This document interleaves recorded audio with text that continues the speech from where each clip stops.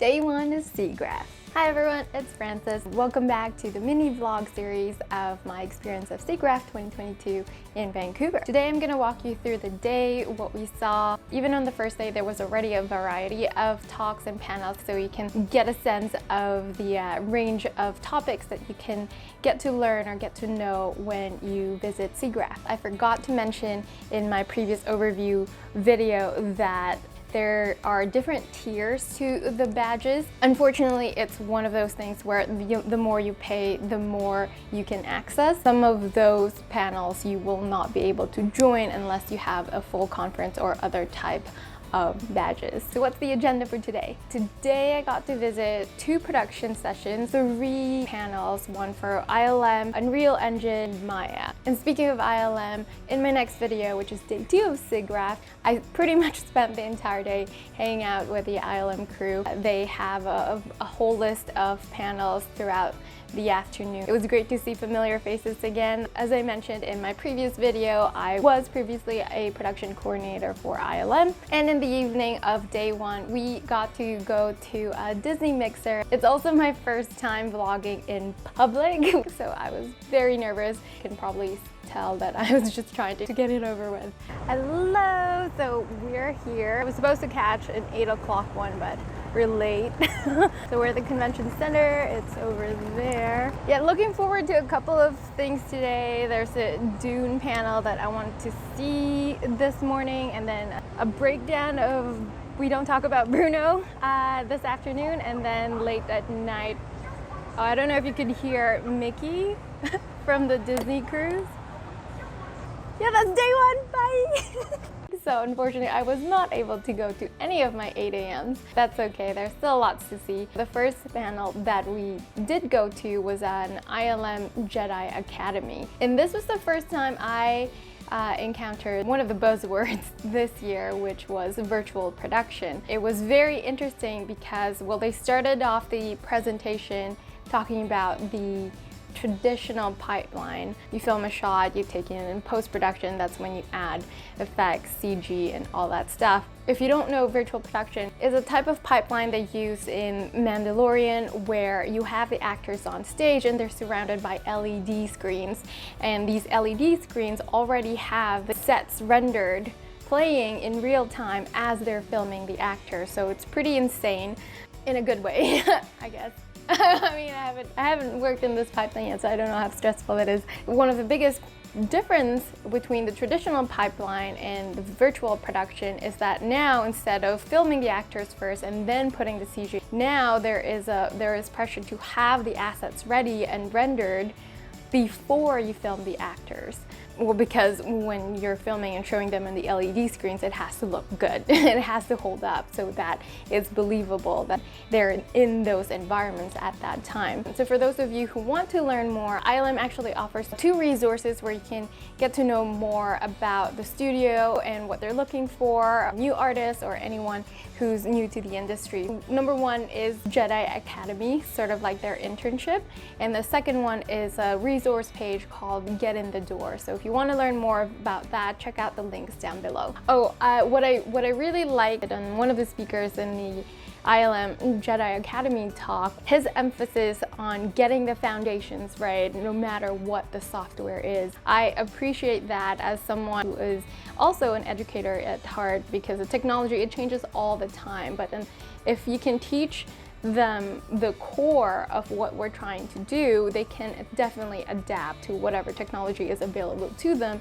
at that time. So that was really nice. In between panels, we went to check out some posters. They're like research papers condensed in a poster, but they're pretty cool. There's lots of math, but they're pretty interesting. I think one of the coolest ones that I saw was, so if you listen to a piece of music, of violin music, they have a way of extracting that piece of music, putting in the software, and it will auto-generate an animation of a character playing the violin that matches that music.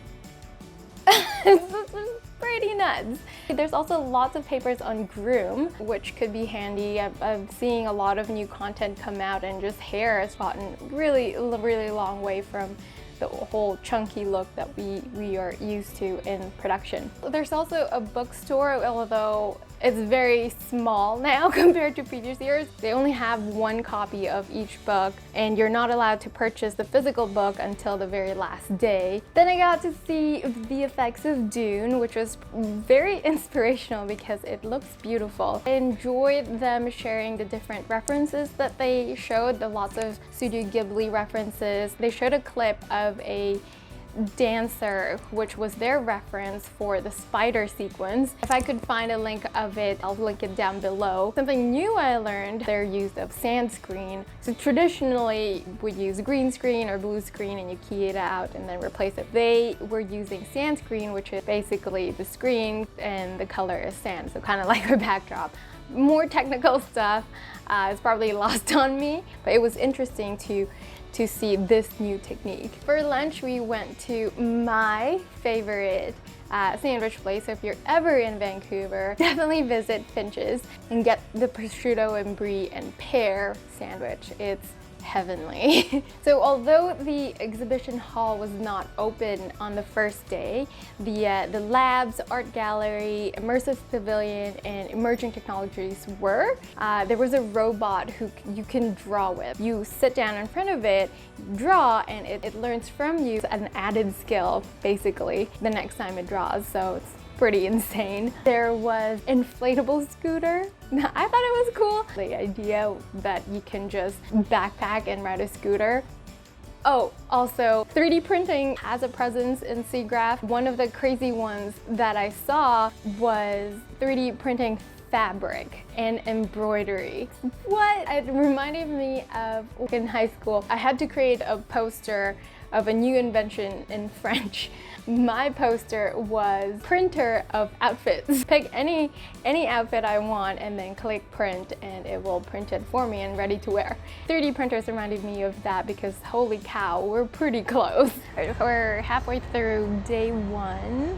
I think the coolest part so far was definitely the VFX for Dune. I didn't get to stay for the full thing because I had to jump to another panel, but that's typical. So next we went to see a talk about shaping the future of animation. It focused more on Unreal Engine. One of the interesting things that he did point out with Unreal is that it enables you to see your renders in real time. So you're no longer having to wait for frames to render, put it in like some movie file. Because you're seeing the quick renders, it allows for quicker iterations if you need to revise something because you can already see what it'll look like on the final render. It allows for quicker production of the storytelling. I have mixed feelings about it because personally I don't think that when things are quicker it means everything is easier.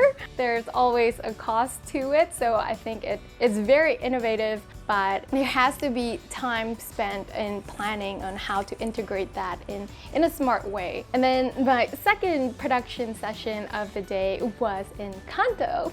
I loved it. I think that was probably my favorite part throughout the whole week. It was very inspirational. I actually took notes throughout the week and posted it on my blog, and you can check it out on the link below. But yeah, the Encanto production session was super inspiring. It's pretty insane the things that they went to produce that. Like Mirabelle's skirt was all geo. Like what? Layers of skirts. You know, that's usually a no-no because there's collisions. Also, Isabella and all the technical things that they had to go through to create her. They were using XGen and Hyperion. Hyperion, I think, is proprietary to Walt Disney Studios. Gave you a whole new appreciation for technical animators, you know, figuring out all the no's that we got in previous production. Now, how do you make it a yes? Also, in Encanto, they did this crazy thing again of defying the traditional pipeline. Usually in a traditional pipeline, layout goes first.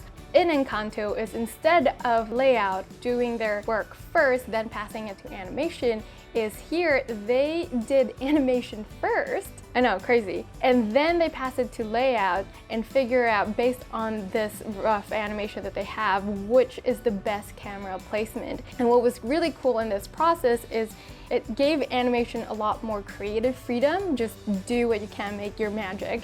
And then layout will place the camera to show off everything in the best way. You know, layout has this tricky position of having to, yes, be able to show the animation the best way possible, but still be able to tell the story in a way that makes sense on screen, tying in what storyboard has provided. And someone had put it in a really nice way. Layout artists are also cinematographers because they're setting up the camera, figuring out how the scenes will look before passing that into animation. Also seeing the references of their dance choreographers was really awesome to see. It's always so cool to see all forms of art come together, and I think that's why I love animation. There's so much you can do, and bringing it all together and you make this one big art. Is that cheesy? It's pretty cheesy. You're getting to know me more and more in these videos. During the pre-production of the film, it was the onset of the pandemic, so they didn't actually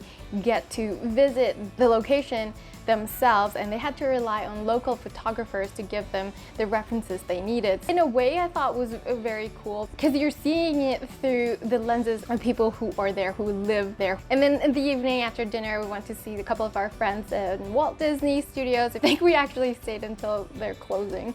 Lots of stickers, free pens, and met some new friends. So that was pretty much day one. Check out the next video. I'll be covering the panels that we went to with ILM. Be sure to follow me on my socials over here if you want to be notified when those are out. That's it for now. Thanks for watching. Bye!